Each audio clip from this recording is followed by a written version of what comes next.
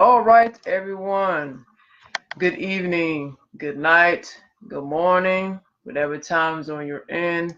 You're tuning in to the Chit Chat Chew Show podcast with your co-hosts Uno and. Jade, good evening or hello everyone across the globe.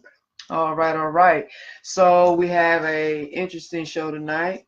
We have a few topics at hand, okay, for tonight. So the first one we're gonna get into, we're gonna jump right to it because everybody knows what it is. Of course, is the admission scandal involving celebrities and coaches. I'm sure everybody's seen on social media, so it wasn't hard to not know about it. If you're internet or just a searching person on the web, it's been controversy for like a few weeks now. We have we have another subject actually, well, topics, youth violence and solutions to the problem, and you're gonna tie in some things, not just youth violence and the problems, but either some information and resources and some involvement, just really on a social level, just some things that can be done to tackle youth violence. And our last topic at hand, which I almost forgot about, I ain't gonna lie, I forgot all about this one. Dwayne Wade leaves Miami Heat at the final game of playoffs to be replaced with D'Angelo Russell. Yeah, Mm, yeah. it's gonna be some interesting topics. I just got finished doing a brief live about the show and Momentum Monday and what that looks like and motivational and all of that. So make sure you check out that replay. It's gonna be on all of our social media, including my Aisha Speaks Jade. So yeah, so let's just jump in. So just give you a heads up, when I'm not talking, I'm really trying to, I kind of like to monitor or not monitor, but see who's on. I'm going to be inviting some people. So if you see my head down, I am inviting you, okay? I'm inviting you, and please make sure that you get on if you have that free time. So, jumping into Laura Loughlin, didn't believe she'd face prison time. I gotta do the face. White privilege at its finest. So she didn't expect, I guess, because of White her privilege. white privilege, okay, and her being this wonderful celebrity. She just With didn't money. with money. She didn't expect prison time. She expected a slap on the wrist, Typical. according to sources. Yeah, it's not surprising. It's actually quite funny yet sad at the same time because she really embedded in her head. And we're gonna do a follow up. Who's gonna do the follow up to her thinking that she was getting that slap on the wrist? But quite honestly, I still think that she probably won't even get what I feel like she should, right? But let this have been, and it's going to be a black and white thing. I'm going to say it in advance. And there's just, let me pull that up. I'm glad you spoke on that. Thank Yes, it. Just listen, okay? So Laura Loughlin is starting to come to terms with the new charge against her, according to a source who tells ET, okay? Entertainment Tonight, ET.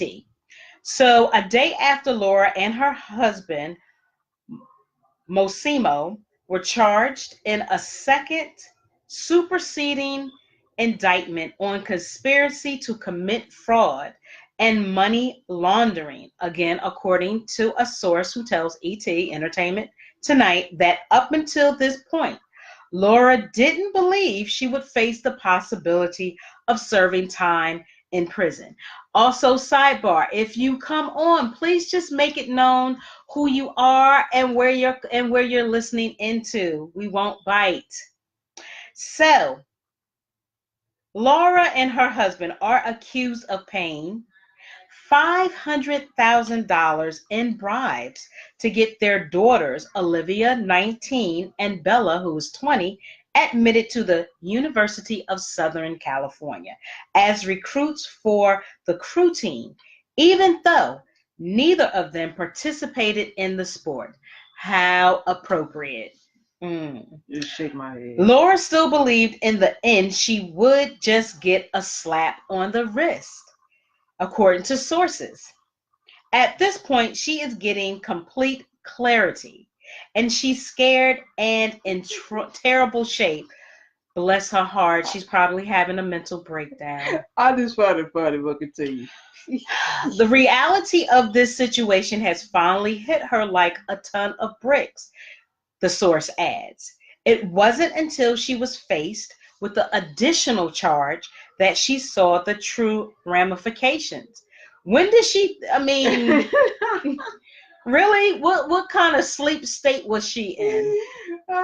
So, and it'll be somebody who will justify how she feels. It never fails. The charge of conspiracy to commit mail and wire fraud and honest services mail and wire fraud provides for a maximum sentence of 20 years in prison, 3 years of supervised release, and a fine of $250,000 or twice the gross gain or loss, whichever is greater. She gets this, really? Let it have been a brown person. None of this wouldn't have happened. Because I'm going to get into that too. And yeah, I want y'all to see what the result is. The charge of conspiracy to commit money laundering provides for a maximum sentence of 20 years in prison, again, 3 years of supervised release, and a fine of $500,000 or twice the value of the property involved in the money laundering. Ultimately, if convicted and then sentenced to the maximum extent of the law, Laura could face up to 40 years in jail. Although most experts agree that the chance of sentencing that severe is almost non-existent. And why, in my opinion, it would be non-existent? Because it's white privilege. And yes, I said it. Okay? Because this would go so far left and around the corner and up the street to the bodega. Okay? For the brown person, it would not go down like this. Okay? Experts would not say that the chance of sentencing to this severe would happen. They would say, you're damn straight, it's going to happen, and probably plus. And they would just add on more stuff, because this is how our system works. For brown people, it does not work like that. For our non-browns, for our Europeans. Okay? Right. So let's just be honest with ourselves. Yes, I'm being totally transparent tonight. Yes. But it's the truth. It's the truth. It's just, it is what it is, and we need to see it. Don't care if you get offended. So, she is going through the worst time of her life. Poor baby. ET source says of Laura. Poor baby. It feels like her whole world is falling apart. Okay, she wasn't feeling like that when she was trying to pay people off to get her children, her daughters, in college. Okay, she was quite in her right mind. It's just my opinion. She is putting all of her trust in her team and her lawyers and hoping for the best. As for her daughters, the source says that Olivia, who is a YouTube star, is still attempting to process the situation, while Bella has stood by her parents. So Olivia is, I believe, the older. Just want to make sure, so I'm bringing it back down. Olivia is the younger, Olivia is the one that's 19, who she's totally over her parents. And Bella is 20, who is sticking by their side no matter what. I get that. That's what she's going to do. That's her parents. Bringing it back up. So, Olivia blames her mother and claims she always will, the source says. Olivia isn't ready to forgive and has continued to distance herself. That's her right, people. She can do that. Okay? She is attempting to process all of this and trying to work on ways to rebuild her business on her own without her parents' help. Isabella, while she is mortified and very hurt by all of this, has stood by her parents. Again, that is her right. The source continues. She knows her mom needs her right now. The source also adds that Laura's close friends are incredibly concerned and feel the entire situation has been handled differently. They believe she should have taken the plea when offered, the source says, of Laura, who, along with her husband, initially rejected any plea agreements, according to the source. Her closest friends have warned her she needs to be more humble and worry she's been misled through this process. There seems to be a certain belief among her people she is above all of this and everything will be just fine. And it's becoming more and more evident that this is not the case. Additionally, the source says that Laura's friends feel she should have taken the same route as Felicity Huffman, who was also charged in the scandal and apologized profusely. So I guess being apologetic will get you off, according to what your skin tone is. Okay, moving forward. They begged her to take the plea, but she truly didn't feel it was necessary.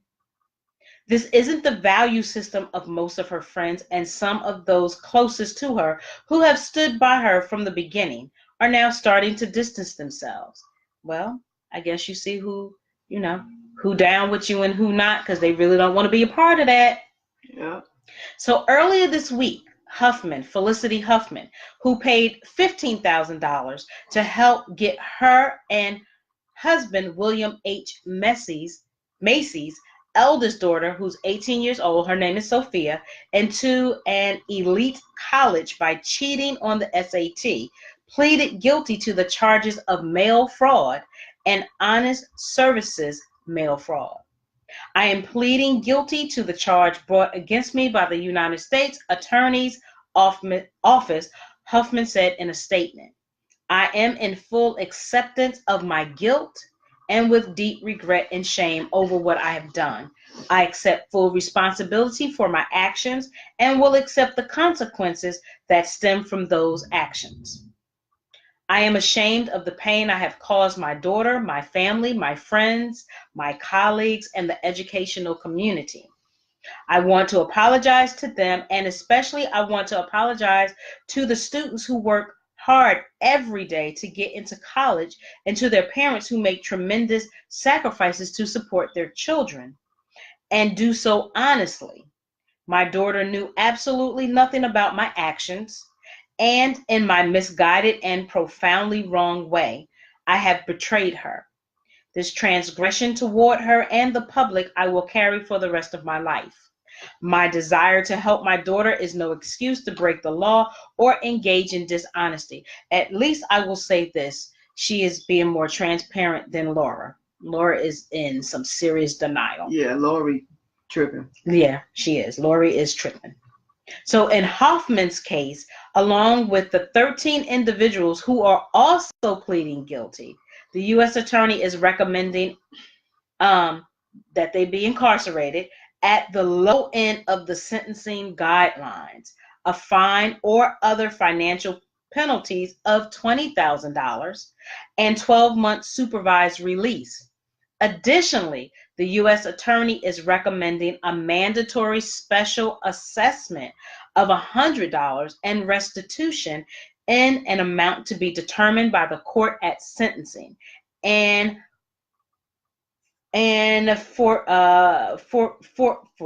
forfeiture. Hope I'm saying it right. So Huffman's plea hearing has been set for May 21st. Things have been very difficult for Felicity. This has been one of the most trying times in her life.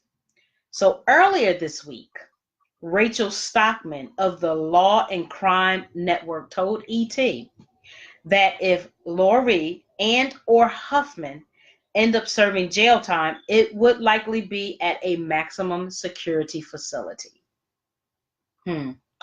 Based on these charges, did I say maximum or minimum? So if I said maximum. Yeah, you said maximum. Okay, so let me retract that.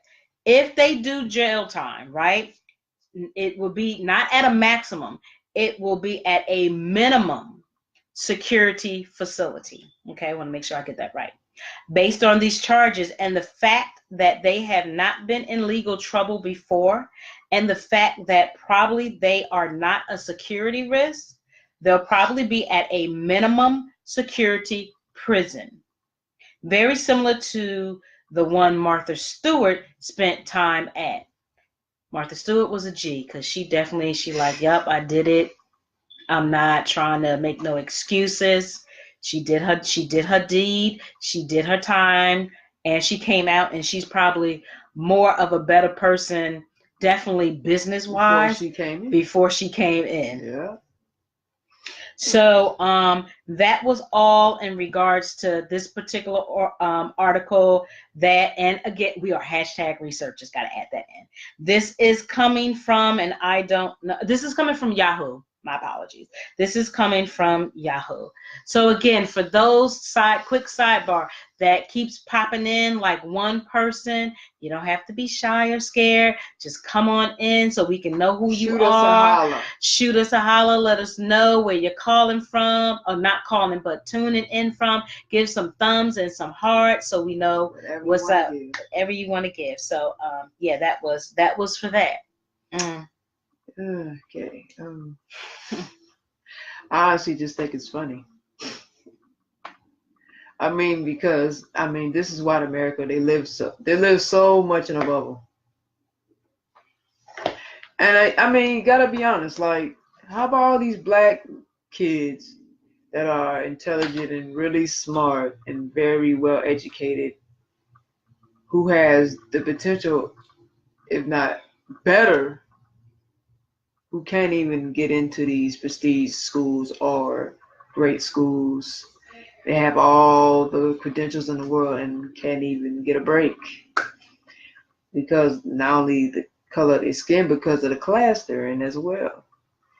You know, they don't have the money like, you know, these white parents to push them forward financially.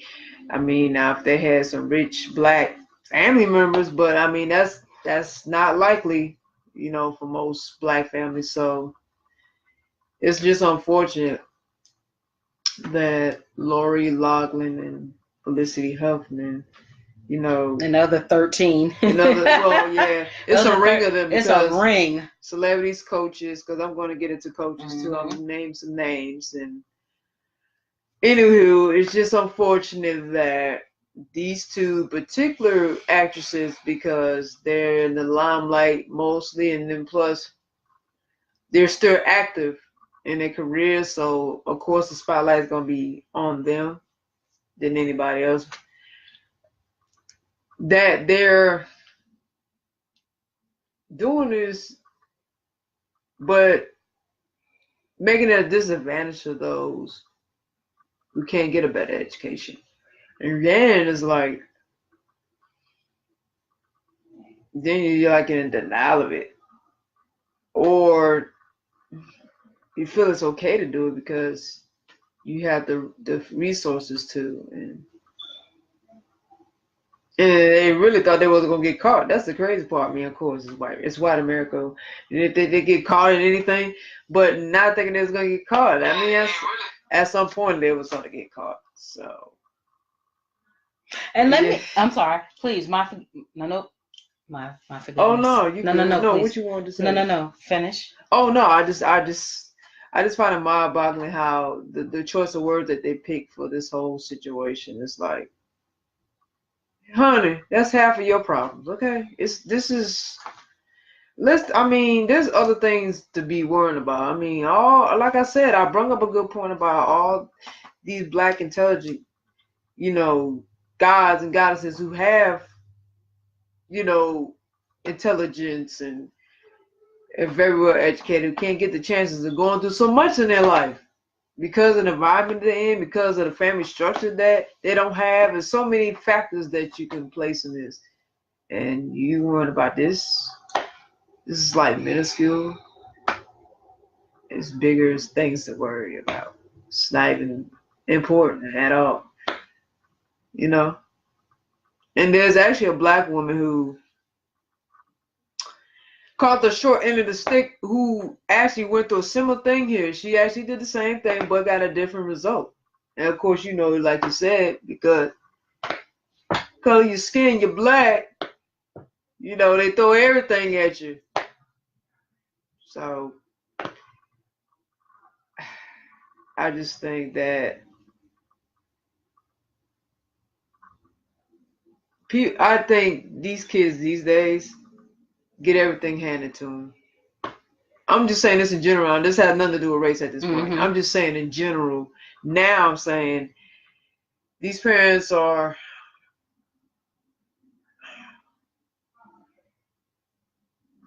they're leaving them at a disadvantage. They're holding their hand too much. You know, they have to learn. They have to. There's some things you can't teach them. They have to go out there and learn it themselves. They have to.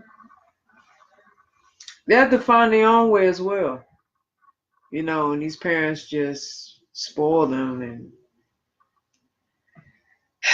yeah, I think you should. I think you just, you have to let kids make their own decisions too. Like, I know, like you say, our parents can be very protective and can be very, overbearing at times because they want to be in control of everything. But at some point, you gotta let kids make their decisions. Wherever it may lead to, then so be it. But that's neither here or there. I just think this whole college scandal is just hilarious. And let me just give a quick shout out for those that, because, for those brown brothers and sisters that's getting into college, that's getting a full ride, my hat go off to you and your parent or parents as well, because there are our brown brothers and sisters that's definitely getting into these top universities or just universities in general. They are working hard, both the student and the parents. They're going through it the right way, and they're getting into these colleges with a full ride, which is awesome in itself, right? As even young as 14 and 15-year-old kids that already have their setup for them. So definitely kudos out to all of you. And for those of you that have not gotten there yet, you keep doing it the right way. You keep doing your hardest, doing everything that you can do, as well as the parents. And I know from being a parent myself that we can be, at times, overwhelming, overbearing, can get on your nerve, and vice versa. Okay. But I do agree with you. There should be, especially when you get to a certain age, right? Because kids are going to have to learn. Right? You can't be up underneath your kids all the time. You can't sit in the classroom with your child every day, right? When they leave to go to school, you pray and you hope that they're protected and that no harm comes to them and that they do the right thing and be the best person that they can be. But listen, from experience, right? Especially if you've been sheltered most of your life, you go out one way. When you get away from your parent or parents, you go on you a different person until it's time to come back home. Yeah. I'm just being honest now. Y'all can sugarcoat it, okay? But that is what it is. So that's why I say it's good. It's good, parents, okay? As your child is getting older, to listen to them. Listen to them and stop always like pushing them off, right? They have opinions, they have thoughts, they have things to say. And I also agree with you, Uno, as far as a lot of kids, they don't earn it. Even though I've never gotten allowance, and I don't hate on any child that do get allowance, but my mother made me work for it. So she didn't give me allowance as far as money, but I was able, to get rewarded, right? But I was brought up that you had to earn, whether you got money or whatever. You had to earn it. You had to work for it. My mother taught me at 6. Do you hear me? 6. To start being a little responsible. Maybe I thought it was far-fetched back then, but I truly appreciate her now because it taught me value. And I tried to instill that value in my own, right, and be able to, exactly. And I instilled that with mine, even though they like to play crazy, but they know don't try it. You know. You So gangster. stop. No. So Mother gangster. but I'm just saying we have to stop giving all the time. I understand that we want the best for our kids. I totally get that. But you gotta let them breathe. Let them breathe some. Let them breathe live. some, and stop handing giving them the latest iPhone. They got a more upgraded iPhone than yours. They have the latest of everything. Gadgets and gadgets, right? And all kinds of right, stuff. All kinds of stuff. Get right? all the new shoes. Everything new. And I'm not saying that your kids should have like Bobos or whatever, but let them earn it. And especially if they work, kind of meet them in the middle if they don't do it all the way. Kind of meet them in the middle with some things, right? Stop just handing, because then they're going to expect that from everybody, to just just hand them stuff. Spoiled. That's how they become spoiled. And then when they do act out, you have parents that be like, they be trying to correct it, but sometimes it may be too late. That's true. For you to correct it, because you kind of created that. You did. That's the energy you created, yeah. Right. So you just got to be more mindful about that, right? Because now today, not only kids, but even as adults, we rely on technology. We don't do a lot of long handwriting. The back in the day, most people don't even have landlines. It's all about cell phones, whatever. Yeah, I got that Apple on deck. I know y'all see it because she got to talk about Apple. I got the latest gadget. But I'm just saying, you're grown, so no, I was just throwing it out there. But you're grown, so that's your money that you're doing it, right? I worked for it. You have these little kids that are young, like not even quite teenagers yet, that have up to date gadgets and tech stuff. So they got to earn it. They got to know what the true value is for that. That's all I'm saying. I'm not saying. And really being appreciative of what you and be appreciative of what you have, because there are kids that don't have it, who can't get it. We know how bullying is. Bullying was horrible back when I was growing up, and bullying has gotten worse. So we know how that is. So it's just about being mindful and smart, the approach how you go about it. That's all. I'm not trying to tell nobody how to raise your kids, but but for you to have a peace of mind, just think a little different. Think out the box a little bit. Yeah, because these kids just be so disrespectful with it, right? And just so into just tech stuff. Half of the time they don't even know how to print or write in cursive. No. They don't know how to do that. Well, even grown folks don't know how to do this. Grown folks too, but specifically because we're speaking about, we're such in a technology age. We're such in a technology age, people are far removed from the traditional way of writing. I still write. Or transcription, really. Transcribing. Right. So I do print and I do in cursive. I print, but I don't remember a lot of cursive. I still do. I can do cursive in my name. I probably can. Actually, you know what? I'm not going to say I forgot cursive. It just has been so long. But I'm sure if I could just get a paper right now and write something, it would just probably come to me. So it might not be the best, but I remember something. So absolutely.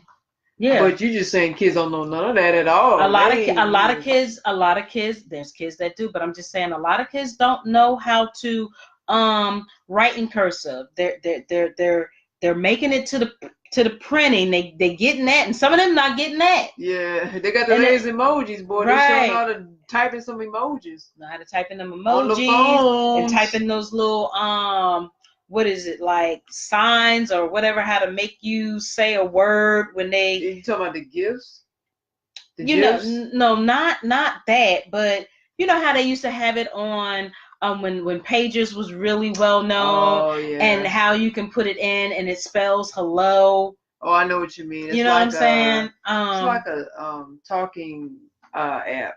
It's kind of like a talking device on your phone. Right. You talk to it and it talks back to you. Something like that. Yeah. So it's just the little things. People be like, "Oh, girl, you still write longhand?" Hell yeah! I want multiple options because I don't want to forget how to do that. That's just me. I don't want to forget how to not only print, but write in cursive, but write longhand, doing on the phone too, email myself too. That's just me, you know. But we have Monique. Hey, Sister Monique. What's going on, Monique? How you doing today? All yes, right. great evening. Monique says, yes, they have to earn it. She says, truth, but I love writing in my book, in my book myself, which is awesome. And she says they don't teach cursive anymore. Not in the standard education. They just don't. They don't even want to educate our children like that. They rather put the money into prisons, profit into prisons. That's what they rather do. Industrial complex. And exactly, that's what they rather do. It's a cycle of making money off of bodies. Your commodity, right? That's everybody, not just the prison, but once you get a birth certificate, you're a commodity to the government. Okay, so we're all being used in some form, shape, or fashion. Way, it's just what it is. But with the prison complex, you're absolutely correct. I mean, they invest so much into the prison complex. Billions. Profit into the prisons and profits into the opioids. Oh, yeah. Oh, yes. The drug market. The drug market. They even got the black market for drugs, too. So, yes. But I also say, too, I know there's a prison complex. I'm very aware of that. However, there are some people that can avoid the prison complex. Definitely. I absolutely agree with you. Because I'm not going to sit and just blame all on the prison now. Yeah. There's some people who making stupid mistakes. You're right. Absolutely. And can make wiser decisions. Have to make wiser decisions. Absolutely. Especially if you know what the prison's about. Why even put yourself in that kind of position to be a number and don't have your freedom? And then, you know, you can't really live like you want to. You can't really have a life after that.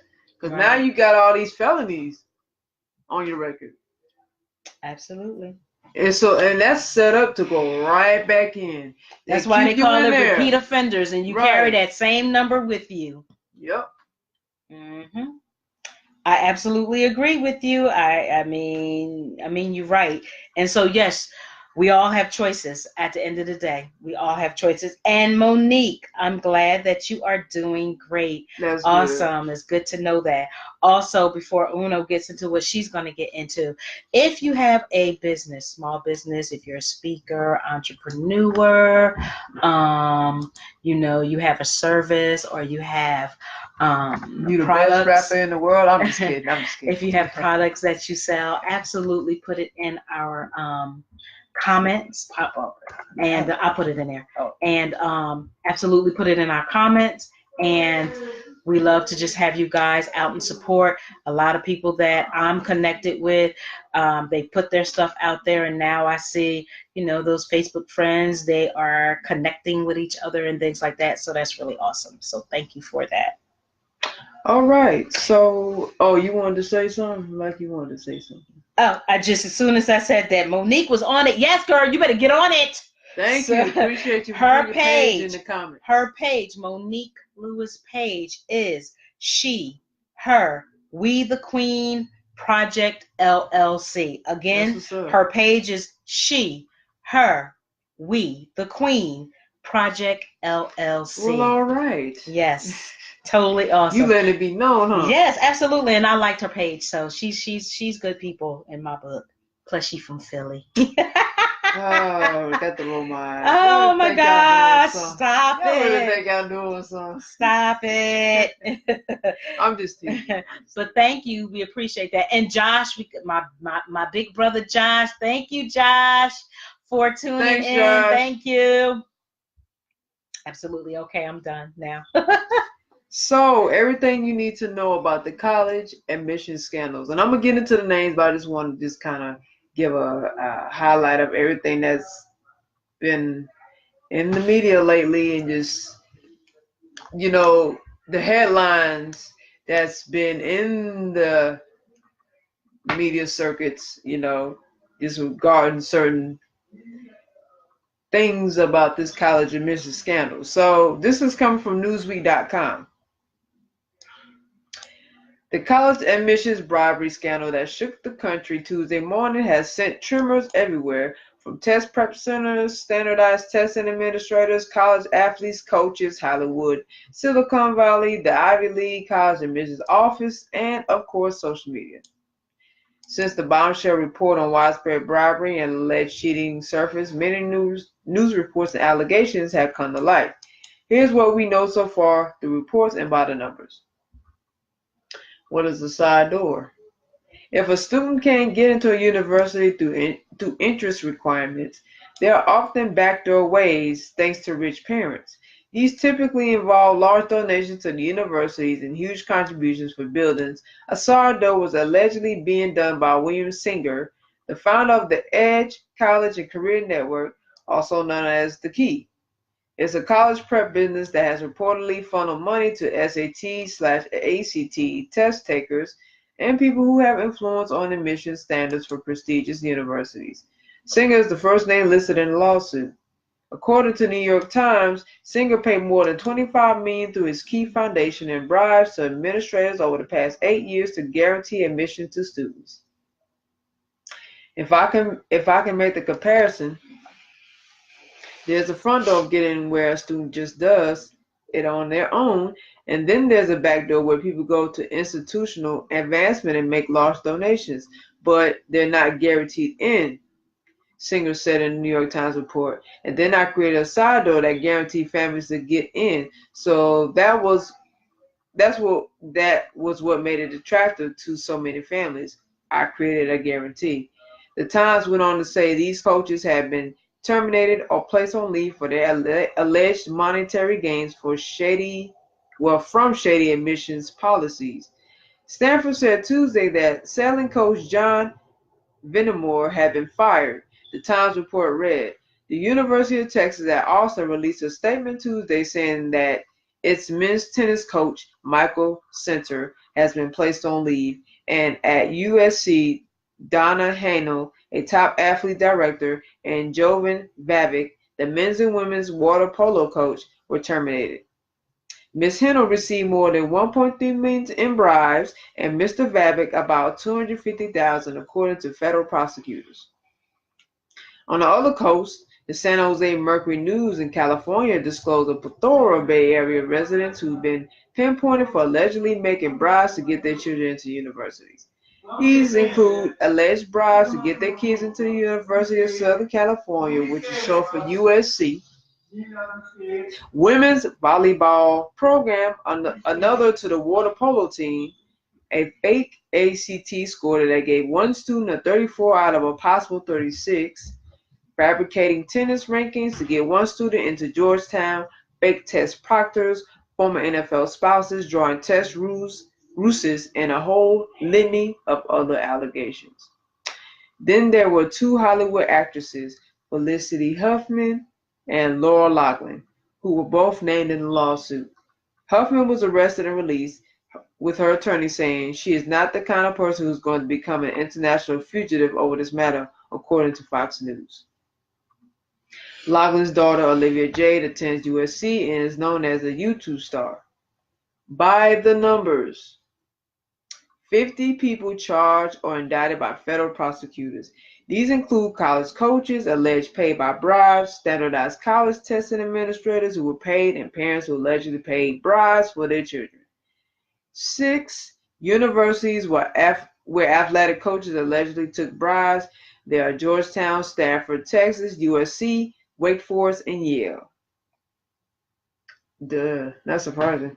But again, that's coming from Newsweek, and that's what you need to know, those key facts of this whole college admissions scandal. So yes, this is a ring of rich people, okay? That just sums it up about this whole scandal.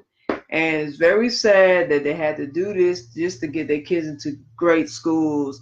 And the crazy part is none of these kids like none of this stuff, and then they have no intelligence really in this stuff. Just gotta be honest, they didn't. They just got in off of good connections and money. That's it. That's pretty much what it is. Their parents. Yeah, who has the financial resources to get them in the door, and most times the back door. So, but like they say in this world, money talks, BS walks, right? Right. That's what they say. Works every time. Okay, so I want to read, who was that? The parents named in the college admission scandal. How about, oh, let's see. I want to say, okay, I want to get to the coaches. Although I need to read that one about the parents because I want to know who else. So I probably should get to that too. Okay. So we already done heard about the 50 people. See if there's anybody else. And while you're doing that, I also just want to say greetings and good evening again, locally and globally. We are having more people that are tuning in, which is totally awesome. Like I told y'all before, I love dialogue. It doesn't have to be long, or it could be long. Whatever. Agree to disagree is completely okay because it's not reality to agree on everything. So I like to say, hey, Sierra. What's going on, How Sierra? are you and the family? I hope all is well. All right, And a big surprise that I have never seen on here is Miss Nadia or Nadia. I know who Nadia. you. I just want to make sure I'm saying Nadia. the name correct. Thank you so much Appreciate it. Thank you, Nadia. tuning in because I did invite a lot of you guys off of Thank you, T. the Madison. flyer. And thank you, Miss T. Madison. Appreciate it. As I've said earlier, for those that are tuning in, if you have a business, entrepreneur, work at home, whatever it may be, if you have a service or a product, okay, we are all about support. Please leave if you feel comfortable in the comment box. In our comment box. Yes. That's how support goes. Yes, all the time. So thank you. Teamwork makes the dream work. Because this is a Chit Chat Chew approved. So that's why we say that you guys can leave your business information in here because people have connected with each other on here. Which is great. That's awesome. Which is great. Absolutely. So I just want to read a little bit from the spun.com, which is SPUN, the spun.com. Just little tidbits.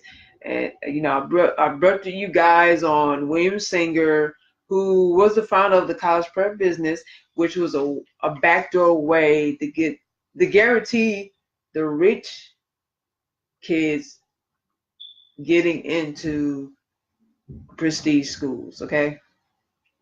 Also, I brought you on, of course, parents paying money to him.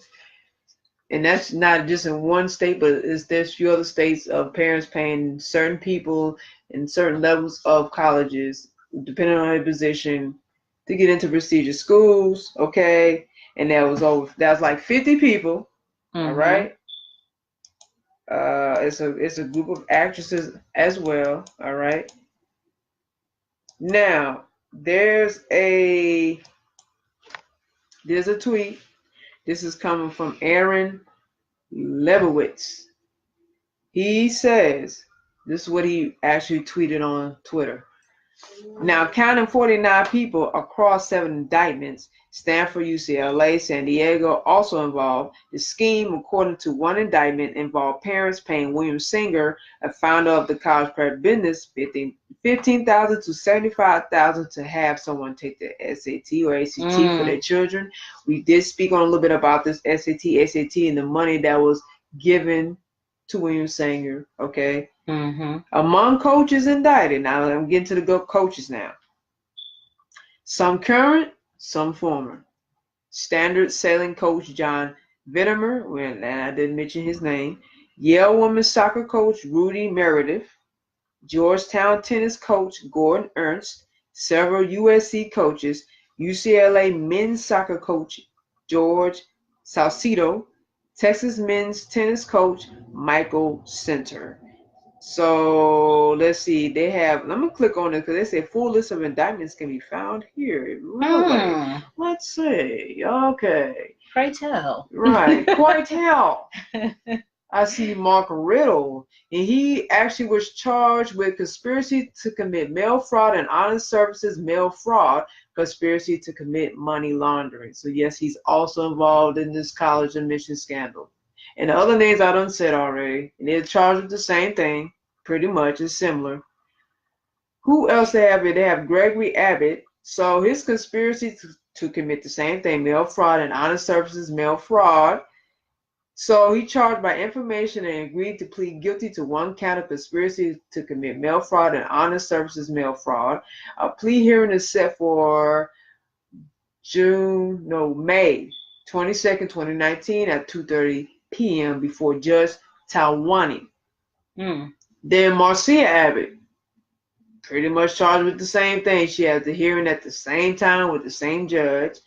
You have Jane Buckingham, who was charged with the same thing. She's has the same plea hearing. Well, actually, the same plea hearing on a different day. That was 2 days after Marcia and Gregory at the same time, 2:30, before the same judge. Same judge goes for George Kaplan. George Kaplan is going to be charged before Judge Talwani, okay? Robert Flaxman, same thing. Felicity Huffman, we all know that. Augustin Hanius Jr., Marjorie Clapper, Peter Jan Sartorio, Stefan Semprevivo, Devin Sloan, Davina Isaacson, Bruce Isaacson, Michael Center, which I mentioned him. He's charged with the same thing. He actually is going on the 24th of, January, February, March, April, yeah. So he have his hearing on the 24th of this year at 2 p.m. before Judge Stearns, though. Judge Stearns. Now, the other people I just mentioned, they're going before Judge Saris, all right? So the judges change. They got Igor Dvorsky. Now, this person is charged with racketeering. Gordon Ernst, same thing, racketeering. William Ferguson, racketeering. Martin Fox, racketeering. Donna Hennell, I mentioned her name, same thing, racketeering. They all go before the judge. Let's see what they have for these. What's the case status? Okay, initial status conference. So they have a conference right now. But defendant arraigned in federal court in Boston and pled not guilty. Defendant was released on conditions, including bond and restricted travel. So these people I named are actually, this is their case status. So it's similar. They're getting out, with a certain charge, but under certain conditions. All right. Let's see. Anybody else? Lauren Janke, Ali Khosrowshahin, Stephen Macera, I said George Saucedo, Michaela Sanford, Jovan Vavick, I said that person's name, Nikki Williams, David Sidhu, David Sidhu. They also are being released on certain conditions and their bail is set high. This person, David Sidhu, is 1.5 million, okay? Amy Colburn, Gregory Colburn, Gamo Abdelaziz, Deanne Blake, Todd Blake, Joey Chin, Massimo Ganuli, Elizabeth Henriquez, Manuel Henriquez, Douglas Hodge, Michael Janabs, Elizabeth Kimmel, of course, Laura Lawlin, we all know that, William Glashin, Marcy Palatella, John Wilson, Hamayan Zadi, Robert Zangrillo, Toby McFarland. And these people are being released but under certain conditions and their bond. Certain people's bond is set at a certain amount and they're restricted from traveling, so yeah, and they also have attachments under this, they got center complaint, they got affidavits, they got certain people's names in PDF. So if you want to check this out, you may do so. In this article, I'm going to actually post this up when I get a chance. So those are some coaches, okay, that's getting charged, all right, in this college admission scandal. I wanted to see if there was something. Let's see about the parents. I want to see what other parents are being charged in this matter. That is crazy. Okay. All right. So they said pretty much all the same names I said in these indictments. All right. So it's all the same people. All right. Yeah, that's pretty much it. I mean, like I said, it was a whole ring of them. And the crazy part is this has been going on. It's not like it just came out the blue. So this has been going on for a long time. They just got caught finally. And it's not just happening in the states that were named, but it's all over, like all across the United States, of rich people who have the privilege to get their kids into great or prestige schools. Oh, and these colleges are overlooking all these potential people who really have the talent and are intelligent and got a good head on their shoulders and they can do some things. So it's just sad, and the fact that Laura Loughlin just really oblivious is just really Yeah, entertaining. yeah. I have to say that is it again. It's sad and entertaining to me because, but she actually believes in her head that she just thought a simple slap on the wrist was going to be it, and she was going to walk away, and everything was going to be okay, and life was going to be back to normal, and her kids probably was going to still be attending school, but maybe she might have to, of course, pay off a little bit more, and that was going to be it, and life was going to be lovely. Right. No. and so you read the part in reference to the coaches, but her taking a plea. Yeah. Okay. I do have the one about the black woman. Oh, I didn't forget because I'm reading it. Oh. Got charged with doing the same thing. Right. I remember we briefly spoke about that. Yeah. Right, because I mean it fits into this whole narrative. I mean, you brought up, what if the crime, the extremity of the crime is different if you are black? That's what you were speaking about. It made me think of this story because I actually seen it on Instagram. I said, what? I looked into it, I'm like, wow. And you don't hear about it. You don't hear about it, but it happened. And that's crazy because she's getting no publicity like that. I mean, it's out there, but it's not like full blown as Felicity Huffman and Laura Loughlin and the coaches and all these people. They get all the spotlight over this craziness. So I'm going to read it. Yes. This is coming from thehill.com. Story of mother sentenced to jail for enrolling child in different district resurfaced amid college scandal. And see, it's bound to come up. Of course, this is all about race, and that's what it's always been about. Okay, so the story of a black mother who served jail time for using her father's address so her two daughters could enroll at a better school gained new attention on social media this week as news of a widespread college admissions scandal broke.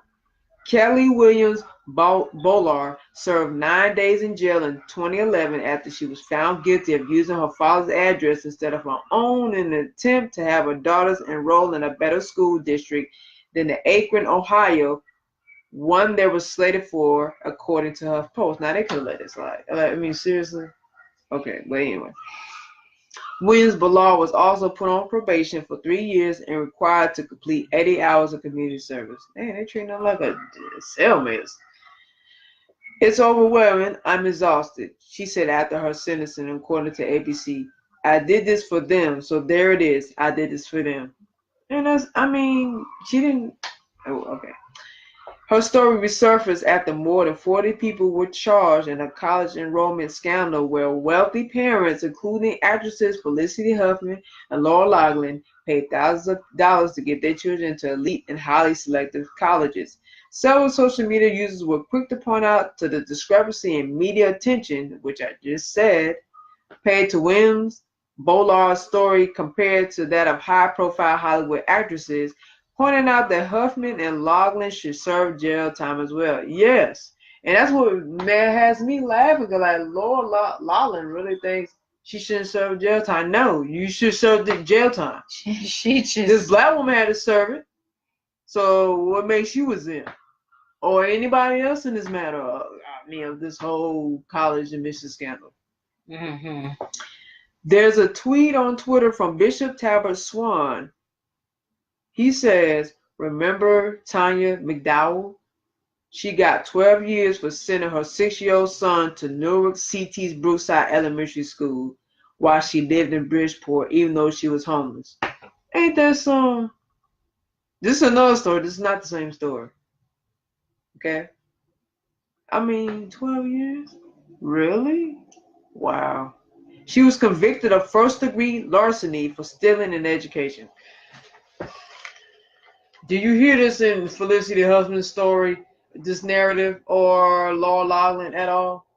It's crazy. Like you said, they throw everything at you. Right. If you're a black person.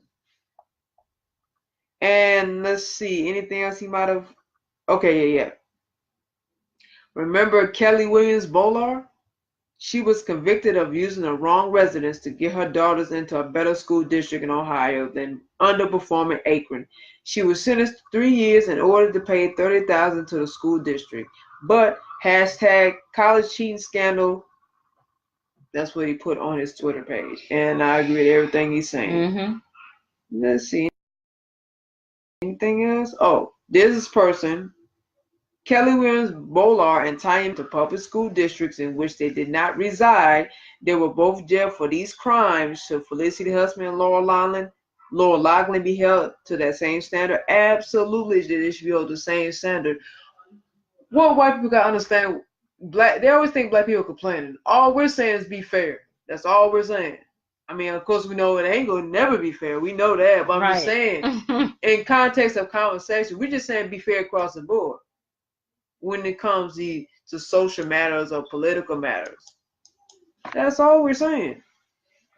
Now, back to the article. In order to catch Williams Bolar, the school district hired a private investigator. Once the district had evidence on her, they asked her to pay $30,000 back in tuition. When she refused to do so, she was indicted on felony charges. I don't think they wanted money.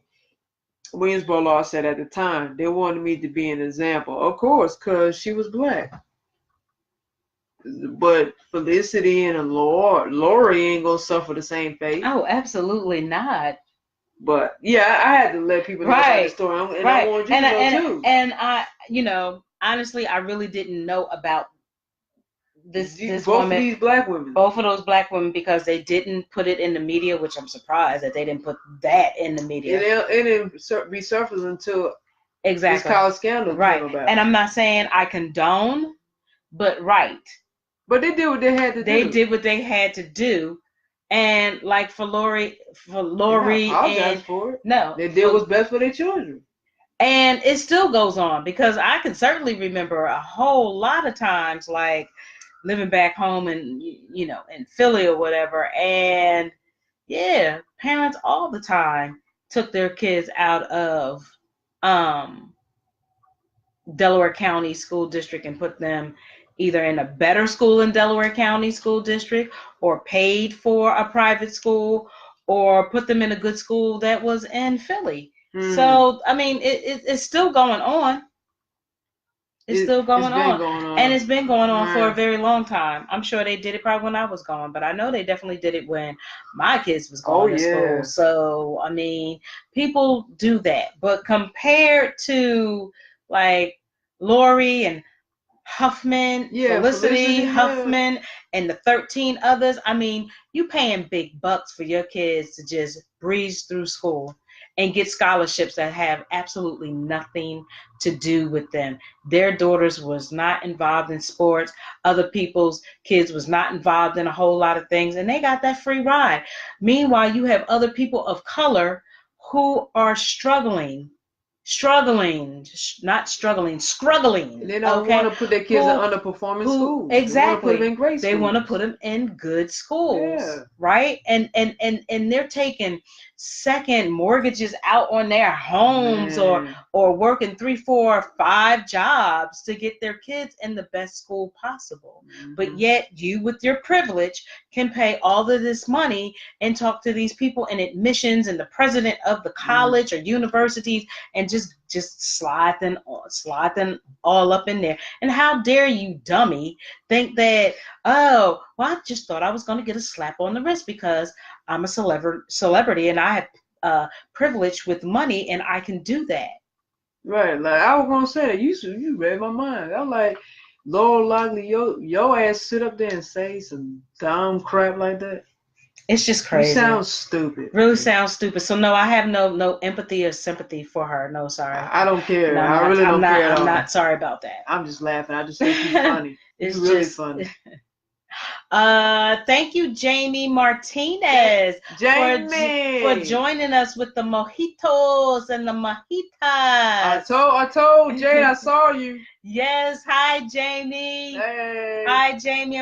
One day we're gonna all meet up face to face and see each other. But You be cute with that mojito. because I love when he says the mojitos and the mojitas, because I can imagine his face and how he says it. I love it. I love it. Thank you for joining in. Thank you, Angie. Angie, Miss Dark and Lovely. How you doing, Angie? That is the goddess right there. Absolutely. Yes. So for you guys quickly just tuning in, we are talking about the college or university scandal with Lori Loughlin, dummy. and Felicity Huffman and the 13 others. We're going to get on other topics as well. But also, if you've been following us on our Monday, on our Monday, be going to depression. Right, she's gonna use that. She's gonna ride that one till the wheels come off. Trust me. Right. And for you guys that's tuning in, but if you've been a follower of ours, we always say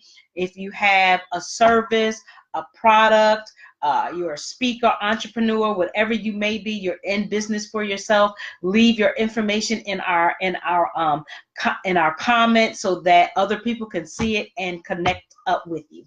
Absolutely. So I have one more to do here. This is about Dr. Dre. You are on point, honey. Do I read anything? No, it's like I'm only playing. Okay, you're doing a lot. I'm only playing. I know, but you're doing a lot. Okay, that's what I do. That's what I do sometimes. See, I'm getting thugged. on Facebook Live. Now it's too late for all this now. It is never too late. Up there thugging me. It is early at 8:06. Up there thugging me. Okay, let's read. So what? Okay, what's up with Mercury? This has nothing. Okay. Thank for the thumbs. If you haven't done it, put your thumbs and your hearts in there for us. We love it. Wow. Okay. Okay, it's all good. Yeah. So I'm sure people have heard about the whole Dr. Dre controversy because he got his daughter into a great school, USC admission, and he's donated so much money, millions of dollars to the school, and he's bragged about it on social media, which was bad timing. Pitiful folks. Now come on, Dr. Dre, making it look bad, man. Right, brown, pitiful folks. I tell you, wow, you're not excused from it either. Trust me. No, you ain't. I mean, I know it's about race, but brother, I mean, I see this thing. I'm not taking side because you black. I'm just saying this in general. I go with what's right and what's wrong. Rather you agree with me or not, rather you don't like me, rather you hurt, rather your feelings. I deal with what's wrong, what's right. Point blank period, and Dre was wrong for that. He definitely was. Hey. And I ain't about tearing no black people down, because black people quit to say that. Oh, aren't they? Right. I can't believe. You talk about the white people, but don't put them black people on there. We got to keep that hush. We got to keep that hush hush because we can't talk about us out in public. Or the flip side. Oh my God, they're always talking about white privilege. This. Well, it's true. Get over it. True. Get over it. Just get over it. Right. This is coming from MercuryNews.com. The headline reads, Dr. Dre's foolish boast raises questions about his daughter's USC admission. And boasting that his daughter got into USC on her own. Really? Did she now? Okay. Did she? Music mogul failed to mention his $70 million donation. On her own, huh, Dre? That's what he said. That's what he said. Anyway. Truly Young may be a high school senior who, yes, truly worked hard to earn the grades, test scores, and other accolades to earn her way into the highly selective University of Southern California. But now news of Truly Young's admissions comes with questions including whether she even wanted to go to USC after she posted last May that her father, music mogul Dr. Dre, was pushing her to apply to the school, according to TMZ. For all these questions, Truly Young can thank her famous father, who decided to take to Instagram to boast that she got into USC on her own. CNN and other outlets reported. The hip hop luminary wrote, "My daughter got accepted into USC all on her own, no jail time." Dr. Dre, whose real name is Andre Young, thought he was being funny by throwing some thinly veiled shade at other rich Hollywood parents who have been charged in the college admissions bribery scandal. That would include Full House star Laura Loughlin. She and husband Massimo Ganulli have been charged with paying $500,000 in bribes to help secure USC admissions for their reportedly academically average daughters, because that's exactly what the hell they are. Olivia Jade and Isabella Ganulli. But in Dr. Dre's gloating caption, he failed to mention that he and his producer Jimmy Iovine donated $70 million to USC in 2013, establishing the Jimmy Iovine and Andre Young Academy for Arts, Technology, and the Business of Innovation. Dr. Dre's donation made people on the internet wonder if in any encouraged USC officials to give his daughter preferential treatment in their admissions consideration. Would Truly Young have earned that spot on her own without her father's donation? Hell no. And she black too.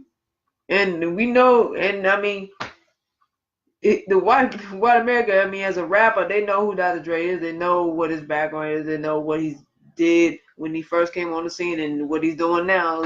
That's a no. We'll never know. Maybe she won't either. CNN and other outlets reported that Dr. Dre's post only lasted a few hours before he took it down. You damn right. Yeah. After being pillared by negative comments. Mm-hmm. If Dr. Dre had just left his caption at "My daughter got to USC," that's it. He and Truly probably would have been fine. He could have enjoyed a proud father moment as he did last month. But by taking things too far, Dr. Dre stirred up public anger over the college admissions scandal.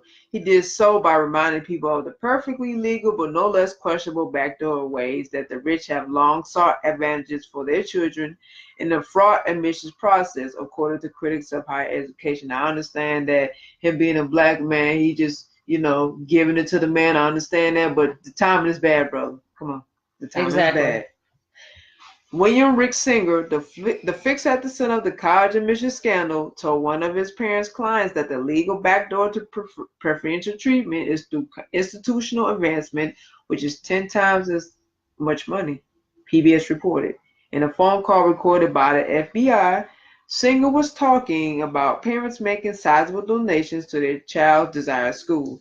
Those large donations come with the expectation of a quid pro quo, according to Daniel Golden, the author of The Price of Admission, PBS reported. Again, this is coming from Mercury News. Next time, Dre, shut the hell up.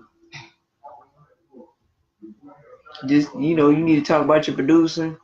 You need, talk about a record. Right. Don't talk about this, okay? This ain't your lane. Absolutely. It sure isn't. I'm just saying. All right.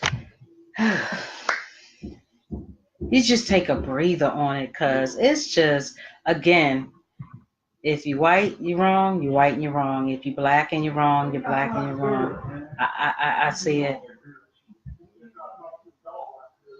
I see it both ways. I ain't taking sides. I'm not at all taking sides. Sorry. When it comes to that topic of conversation that we just had. Okay. Because it's just, people, like you said again, people are doing whatever they need to get their children into the best high schools or schools, universities. Like they're going into debt, almost losing homes to get their children in the best, and they're not being scandalous, like, for a better word. Right. Like they're really doing it the legit way. So again, for the kids that have gotten into these schools with full scholarships or any type of scholarships, my hat's off to them and their parents.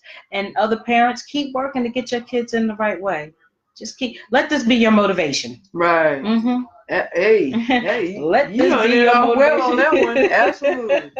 So the next topic at hand that we're going to get into is, this is coming from jjie.org, jjie.org. And so now we're going to talk about youth violence. So the caption is, Baltimore is tackling the problem of youth violence with its ceasefire movement. Okay, again, Baltimore is tackling the problem of youth violence with its ceasefire movement. So violence perpetrated by youth continues to have far-reaching costs for society. It contributes to injury, community dysfunction, poor physical and mental health, lost economic output, and premature death. In the United States, an average of 12 young people die from homicide every day, and homicide remains the third leading cause of death among youth between the ages of 10 to 24 years old. Beyond the impact of youth violence on health and longevity, youth violence also contributes to behavioral and mental health problems of victims and relatives of victims of violence, including subsequent violence perpetration and victimization. So in Baltimore, violent crime plagues the city like a disease. In April of 2015, Baltimore experienced civil unrest following the death of Freddie Gray Jr., who was 25 at the time. This led to a sharp increase of 15.2%. You hear me? 15.2% in Baltimore's homicide rate following this incident, with 342 homicide-related deaths. 342 homicide-related deaths recorded in 2015. 2017 was consistent with 2015 to 2016 in terms of homicide, with 343 homicides total. According to Baltimore City 2017 Neighborhood Health Profile by the Baltimore City Health Department, the youth homicide numbers have been just as dark. The homicide rate was 3.9 per 10,000 residents of all ages. However, for youth that are under 25 years old, the homicide mortality rate was 31.3 per 100,000 youth. In 2018, US Today reported that Baltimore to be the most dangerous city in the United States per capita. According to the Baltimore Sun's Baltimore Homicide Database, there was 235 homicides reported in 2018 as of October the 3rd, of whom more than one quarter were youth. Moreover, 80% of these victims were Black, and 71% were Black males. Ooh, that hurts. These numbers will likely continue to increase for 2018. Of course, Baltimore is not the only city that has recently seen a rise in violence rates.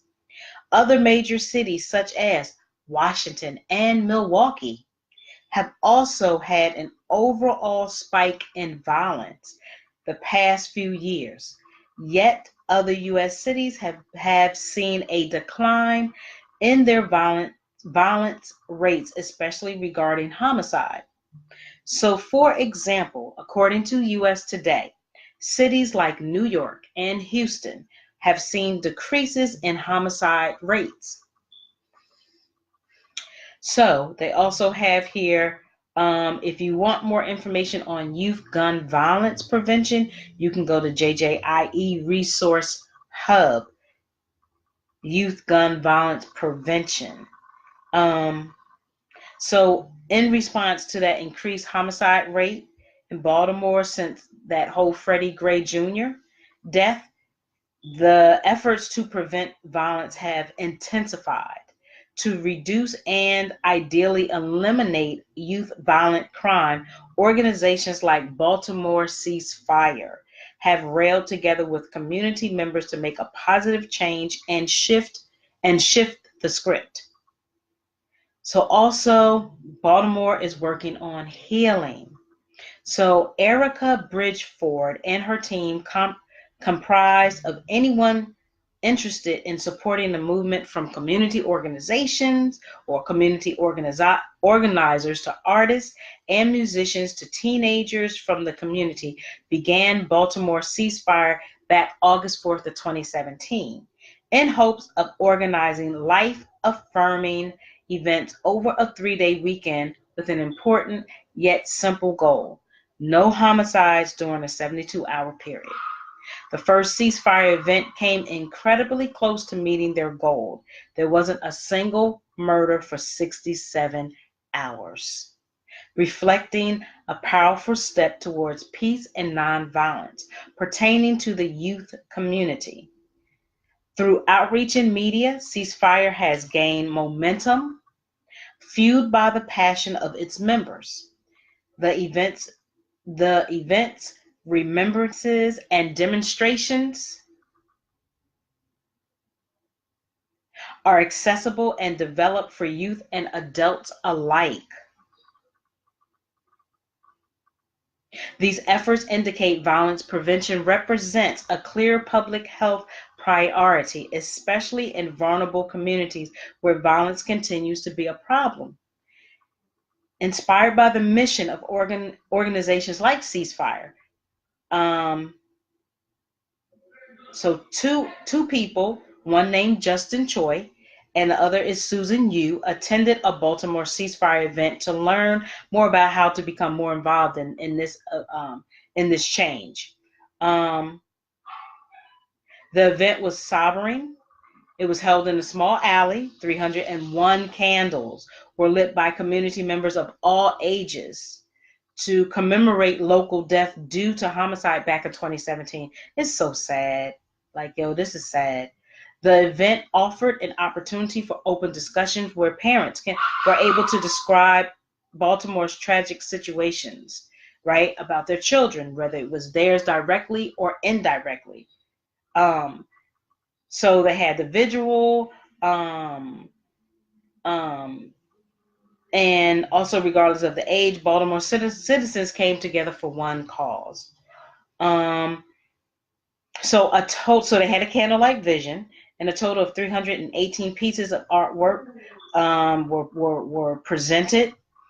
Some art powerfully reflected a single victim's death from violence back in 2016. Another 15 pieces were for the deaths of victims under 18, and 115 pieces represented victims aged 18 to 25. So they also learned that this was a big impact of the gun violence resonates on all levels of the community, influencing even the artist herself. Um, and I believe her last name is Tiles. Yes. So, or it might be her first name. So Tiles revealed that she created the art because of her personal connection to the ceasefire mission. Two of her friends are represented in the collection of artwork. Indeed, art has become a way of Tiles and others like her to cope with violence using artistic skills as a direct response to the grief, pain, and loss which is associated with the homicides.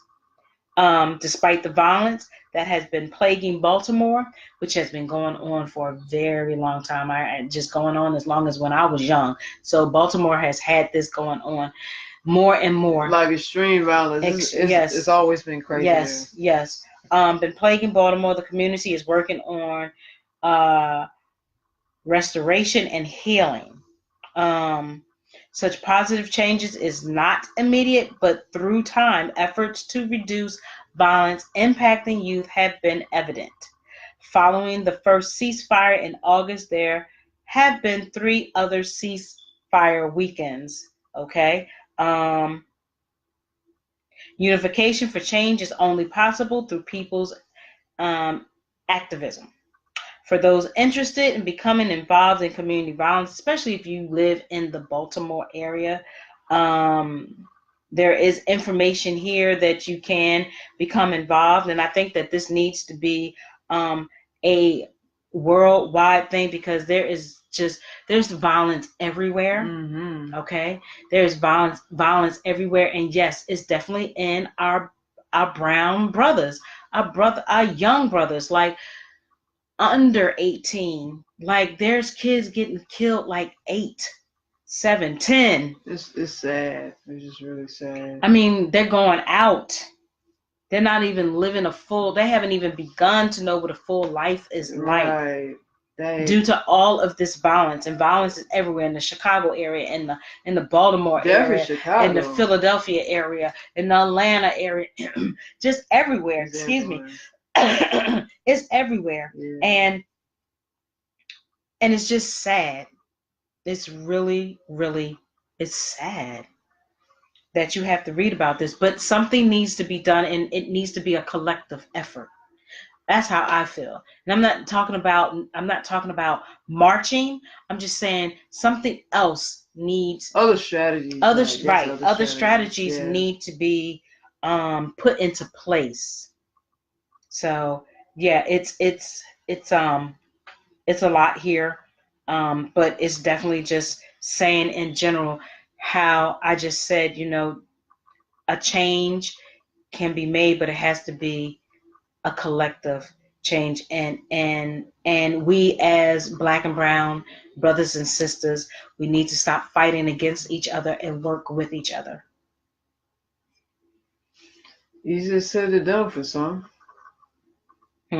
Easier said than done. Easier said than done. Maybe it's just so the society makes people so conditioned to the point they can't even reverse their mentality. Like, they're just stuck. They just do the same thing over and over.